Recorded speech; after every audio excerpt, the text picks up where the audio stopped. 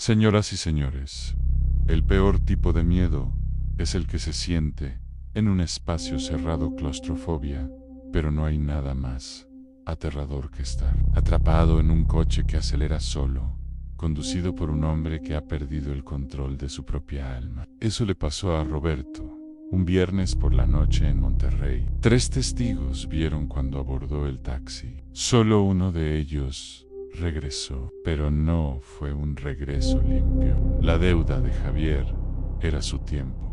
La deuda de Roberto fue algo mucho más íntimo. La única forma de escapar era no detenerse. Jamás. Monterrey 2012, la ciudad, estaba en un punto de quiebre.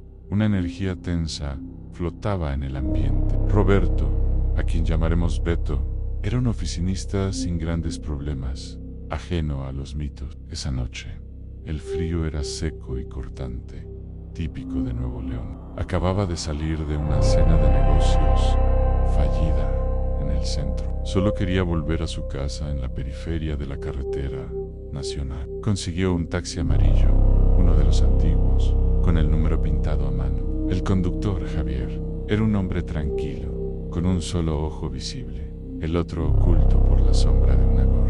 Javier parecía el prototipo del taxista cansado de la noche, lo que le dio a Beto una falsa sensación de seguridad. Los primeros minutos fueron de silencio cómodo. El ruido del motor, el murmullo de la radio local a un volumen imperceptible. Al salir del centro, Beto le confirmó la ruta carretera nacional, pasando Santiago. Fue justo después de la caseta, al entrar en el tramo de neblina baja, cuando Javier habló. Su voz no era la de un hombre cansado, sino la de alguien que acaba de despertar en medio de una pesadilla. Señor Roberto, dijo Javier, sin mirar el espejo, discúlpeme, pero el destino no es el que usted marcó, es el que está por llegar.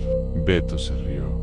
Pensó que era una broma, pero al mirar al espejo retrovisor, vio que los ojos de Javier estaban completamente inyectados en sangre. Y fue peor, el coche comenzó a acelerar por sí mismo. Beto se giró, el taxímetro se había apagado. El GPS de Javier se había congelado en una pantalla negra, y la aguja del velocímetro estaba fija en los 120 kilómetros. Pero el sonido del motor gritaba mucho más. El acelerador está suelto, señor, musitó Javier, con el pánico apenas contenido. Se descompuso. Hace días que se descompuso. Pero lo que Beto notó fue la segunda anomalía. En el silencio, el ruido de la carretera, que debía ser ensordecedor a esa velocidad, era amortiguado. Era un vacío sonoro. El mismo silencio antinatural que rodeó la casona de la vidente en Guadalajara, la firma del cobrador de pacto. Beto intentó sacar su celular en pantalla negra. Intentó tocar el hombro de Javier. El taxista estaba rígido, con un sudor frío goteando. Es mi turno de pagar, dijo Javier, volviendo a la misma frase, por el secreto que me dejó en paz hace 2 años. Lo pagué con tiempo y con mi vida. Pero Alfaino siempre pide un testigo, un asiento vacío. Beto miró al asiento trasero, al lado de la ventana. No, Javier, nada. Pero al mirar por el reflejo borroso de la ventanilla, no se veía solo a sí mismo. Vio una sombra indefinida, más oscura que la noche, que parecía inclinar su cabeza hacia adelante, casi respirando sobre la nuca de Javier. Intentó gritar, pero su voz se ahogó. Es el terror de saber que hay algo ahí, pero tu cerebro te dice que no hay nada. ¿Qué estaba pagando el taxista? Beto lo forzó a hablar.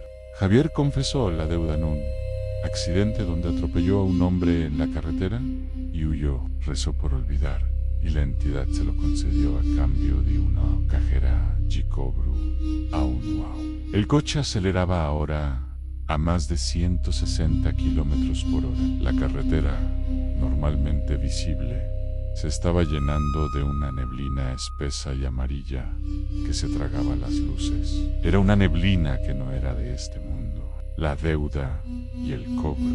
El terror de Beto se convirtió en lucidez. Entendió que su vida no era el precio, sino su memoria. Si salía del coche, olvidaría todo, y el impuesto se mantendría. Intentó abrir la puerta bloqueada.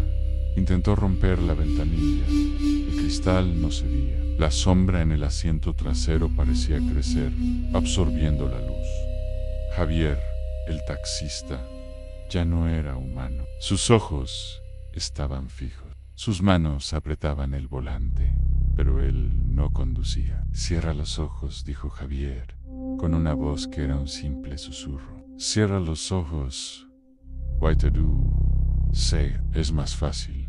Esa fue la última advertencia de la entidad. El cobrador de pactos funciona a través de la sugerencia, el vacío y el olvido. Te obliga a rendirte a la nada. Beto hizo lo opuesto. Empezó a nombrar todo, en el coche, en el color del tapizado, el número de licencia de Javier, la hora exacta, el olor a gasolina quemada. Luchaba por mantener el detalle que la entidad intentaba borrar. Justo cuando el coche se acercaba al centro de la neblina, Beto vio el reflejo en el espejo, en el lugar de la sombra, en un hueco. Una ausencia de luz perfecta. La entidad no tenía rostro porque era la ausencia de toda identidad. En un acto de pánico, Beto usó lo único que funcionaba en el encendedor de cigarrillo. Lo calentó al máximo y lo aplicó contra el cristal de la ventanilla. No explotó, pero el calor le dio el tiempo suficiente para romper el sello del silencio y gritar la última palabra que recordaba del caso de la vidente de Guadalajara, a la sílaba gutural, el nombre del cobrador. El efecto fue inmediato. El coche dio un volantazo brutal y salió disparado. Reflexión y cierre en Beto se despertó en la orilla de la carretera nacional. El taxi no estaba. El encendedor tampoco. Estaba solo, frío y con un dolor agudo en la mano. Lo único que recordaba era la urgencia de no detenerse y la mirada vacía del asiento de atrás. La policía nunca encontró el taxi ni al taxista Javier. Lo cerraron como fuga por dudas, pero Beto sabía que el cobrador había recibido su pago. Ahora, cada vez que Beto conduce de noche en Monterrey, se niega a usar taxi y odia la niebla porque sabe que es la cortina de pago de la entidad. ¿Qué secreto guardas en la oscuridad? ¿Has hecho algún pacto, consciente o inconsciente, para avanzar en la vida? Si es así, mira el asiento trasero la próxima vez que te detengas. El cobrador de pactos ya no necesita un taxi, solo necesita tu tiempo, tu silencio